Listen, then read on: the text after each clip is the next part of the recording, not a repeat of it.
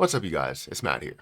So after having a full day to process it, looking at Sunday and just staring at things that have happened, there are many different perspectives out there to what happened, on, I believe it was Friday. Um, this was definitely a unicorn situation. I've never seen this in my life. With how many liquidations we've seen out there, and how many people that are on the internet claiming that this is um, a scam, that this is fraud in its finest, that you have insiders that are trading, you have people that are getting liquidated because of manipulation that's happening, right? I understand where you're coming from. I'm going to tell you, I lost basically my entire portfolio for leverage trading. Now, it's not my entire portfolio for cryptocurrency because majority of what I hold, I always like to make sure that I diversify. I don't just hold outright on one platform to where I am leverage trading, because if I'm cross leverage trading, they can dig into that and take from it until you don't have anything left, right? Or even worse. And for me, I've always been safe. I've always been a person that has put stop losses on things, but this is a situation where no matter if you had a stop loss, it broke through that stop loss and you lost everything anyways. So while I was protected and I thought I was protected because I've never seen movement like this, you actually weren't as protected as you thought. Because if it moves too fast, you can't get filled at those prices and you get filled at the fastest or earliest possible convenience for them, which means that they can still take from the rest of your account, even though you said, hey, I want to get out at this position. Well, that position doesn't exist, right? That price doesn't exist. So I'll talk about how I lost my entire leverage trading portfolio and how I now have to kind of start from scratch over there. Now, I know there's probably people in the comment section and out there that are like, ha ha ha ha ha, I told you so, that, leverage trading always, doesn't end well. And honestly, this type of stuff shouldn't have happened, but we'll explain as to what that could be. But also, there are some pieces that are unexplainable, really.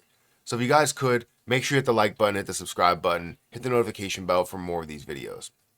Also, make sure you guys check out some of the links down below. It does help out the channel. And if you guys want to check out my link for BTCC, feel free to do so. Now, I know you're probably like, why are you talking about leverage trading platforms and utilizing leverage trading platforms if, you lost your entire portfolio? Well, I started with $500. I'm currently at about $800 or so for that account. So I am still positive on it. It's just I had to kind of work my way back up to there because while I had 6,000 or I had a lot of money, it ended up all getting liquidated to where I had just a very small piece that's left. And I'll explain why I have that small piece that is left. So again, hit the like button, hit the subscribe button. Check out my link for BTCC down below if you guys want to learn some techniques on being less risky in leverage trading and having the ability to survive at least something like this rather than, just panic or, have it hit certain lows to where it can never get filled and you just owe so much money, to the platform, right? So anyways, feel free to check it out. Link is at the top of the description. Let's talk about this. So if you don't know, there were a ton of liquidations. I believe the level of liquidations on 1010 were about $16 billion. $16 billion in long liquidations on October 10th. This is horrid. This is really, really bad to see that many liquidations. Like, we've seen billions. We've seen $1 billion or $2 worth of liquidations. But to see $16 billion worth of long liquidations is absolute chaos, absolutely insane. And it's understandable with the levels that it went down. I thought for the prices that I had, I was like, there is no possible way that I will ever hit these prices, that I will ever hit these levels. Because yes, while we will see things that drop, if we see that drop, we are clearly in the bear market. But we're not in the bear market. We're still in the bull market. We're just seeing that piece of it happen very, very quickly, which is insane, right? To see it that low and know that you still have a lot of buying sentiment that's out there, why drop that low? That's what really, kind of grinds my gears in a way. But if we look at, coin market cap, currently, let me look over here. Currently, coin market cap sits at a $3.94 trillion market cap. So after seeing all of what we saw on the 10th, we see a lot of things that have recovered quite a bit, especially looking at BNB. It's up by 16.33% or 12% over the last 7 days, while a lot of other things are down by 7%, 8%, 12%, 15%, right? Bitcoin is back up to 115, Ethereum is back up to 4,200-ish, and BNB reaches basically a new all-time high. But then you have other things that still haven't fully recovered. XRP is up by 10 or 11%, but still at $2.63, right? So still not at that $3 level or, $2.80 level that it was before it decided to absolutely fall off. If we look at something like SUI, this was probably one of the worst that I've seen, for prices, and it doesn't even show the lowest price it actually got to. Like if I look at it on BTCC, let me just bring my account up really quick because they use TradingView, so you can see everything that's going on there. So I'm gonna go to markets, I'm gonna go to BTC, and I'm gonna type in SUI, and you're gonna see the lowest price that this got to over that time period. So let me zoom out and adjust. And if we look at it, the lowest price that this got to was 58 cents. This was at a $3.45 level, right? And it's at a 58-cent level. This is something that you don't even see in a bear market. To see it go from $3, right? Let's just take out, we're not even going to round up to $4. $3 to 58 cents. Typically, you will see, I don't know, a 70% drop in a bear market, right? And I don't expect to ever see that. To see that has to be some sort of clear manipulation to where there's a lot happening behind the scenes, a lot of money that's happening behind the scenes. And I always want to say, hey, this is what happens in cryptocurrency, right? You have some sell-offs based on news, and then you have some liquidations according to that. But this is way more than that. This is way more than just sell-offs and liquidations. Because even if you saw, people that were like panicking and you saw a 20% drop in a position, you're not seeing that many liquidations. Do you think you have people that are afraid and then creating more liquidations? That could be the case where you have a sell-off, you have people that are afraid that this is, everything's going to fall off, and then you create liquidations, which creates liquidation train. I knew that we were going to see a liquidation train, at some point, but no way did I think that we would see a price for something that's as popular as SUI go from $3 down to 58 cents, and then to put the icing on the cake, not stay at that 58-cent level or even close to that 58-cent level. We're back up to $2.85 right now. From $3 to 58 cents, back up to $2.85 days later. That doesn't speak well to me, right? That doesn't feel great to me. So it's things like that that are unexplainable. While you can say, oh, Bitcoin, the drop for Bitcoin from 120 down to 105. It's like, okay, that makes sense. I could see those levels of drops.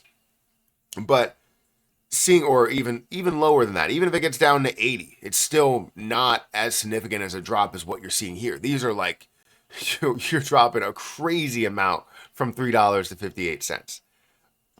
But like, that's what I mean. Like, you see those that are normal, but SUI is also a top crypto position, and it still drops by that much. I don't even know what the percentage is, but it's crazy to see it drop that low. Now, on to my positions, right? I held 10 different positions in my account. I'll tell you why some people's stop losses didn't get hit. If you don't know, I'm a big fan of stop losses. As you can see in my positions right now that I have open, and I'm up 40% and 61%. I have stop losses here. I am comfortable with losing everything that I put in there. That's typically what I do with my leverage trading, and I make a decent amount of money because of it. Um, I had a few positions. One that will not get liquidated, especially as it drops down. Like I didn't expect it to because we're looking at a 3x leverage, meaning that if it drops 33%, then I lose everything. But that's from the price that I bought it, and that was OKB. OKB, I bought it like $90, and the highest price it got to was like 200 and something dollars, $250, let's say. I was up thousands of dollars on it. That was one position that I know wouldn't be liquidated. My ADA position knew it wouldn't be liquidated, right? Those positions had to be taken from because of the other stop losses that didn't get hit. So let me explain this to you. If you set a stop loss, it's basically like setting a limit order. When they see that order, they will sell at that price. However, if they don't see that price, they don't sell at that price, right? They sell at the earliest possible convenience for them. Where they can find it, they get it out of there, and then you basically owe a little bit more than what you put in there. Now, for that, what some people have done is they just left something in their accounts in order. I don't ever see that happening. When you see prices drop, you expect the prices to get hit close to where you are, so that you don't have to, take from anything else.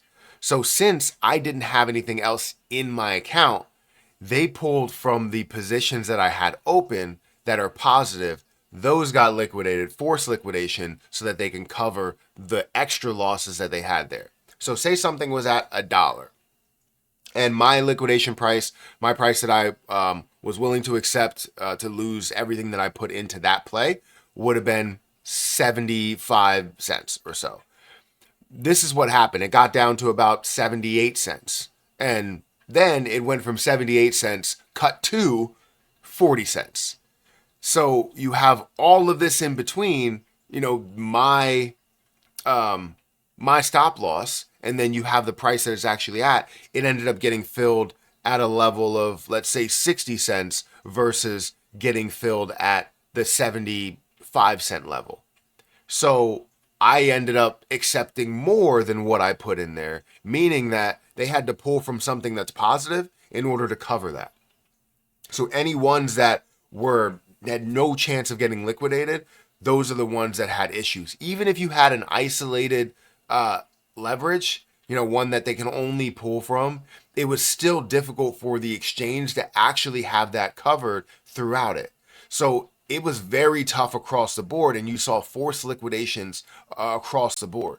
That's where it got to be a real big problem, because those forced liquidations, which were most of them in what I had, were not too far off from where the price I had was, right? It could be 5x leverage, it could be 3x leverage, it could be 2x leverage. They would happen, and then you would see liquidation train. Then you would see liquidation happen again, right? That's what a liquidation train is. You have liquidation that reaches to the next liquidation spot for a majority of investors, and then it creates another liquidation until you don't hit any more liquidation spots. So that's why it's very difficult, very speculative market, and or very difficult to invest or leverage trade in a speculative market like this. And I'm not concerned with it at all. This is why I jumped right back into it, even though I went from $6,000, what I had in this account, down to $300. And I'm glad that I even had $300 because of everything that went on. They pulled from positions that, even though they dropped a heavy amount, they were still up thousands of dollars. There are people out there that have lost millions just investing, just leverage trading, and got their accounts pulled from because of the other positions that they had out there. That's why, for me, I'm very protective. Like I like leverage trading. I will continue to do it, but I don't combine two different things. People ask me all the time, why don't you, leverage trade on the platforms that you hold the most money on, right? I believe you can do futures trading on Coinbase. So why don't you decide to do something like that? I believe you can do leverage trading on other popular platforms. Why don't you do that? I make sure I split things from one another. I have my outright positions over here. I have my forever positions over here. I have my leverage trading positions over here. If you are not finding ways to utilize multiple platforms, you need to change that up now, because things like this could happen. And if you're only using that leverage trading platform with a cross leverage, they're going to pull from positive positions and you're going to have a forced liquidation, not just a regular liquidation. If you think, oh, I can only lose the money that I'm invested into that, well, you're wrong. It could trickle over to positive positions that you have in your account. And I'm glad, so glad, that I have things split up to where I own a lot of crypto outright and I still do leverage trade. So, not a fan of what happened, never have seen that before, still have some unexplainable things that are going on, but I'm still a big fan of leverage trading because you can make a lot of money with a little bit of money. So let me know what you guys think. Make sure you hit that like button, hit that subscribe button.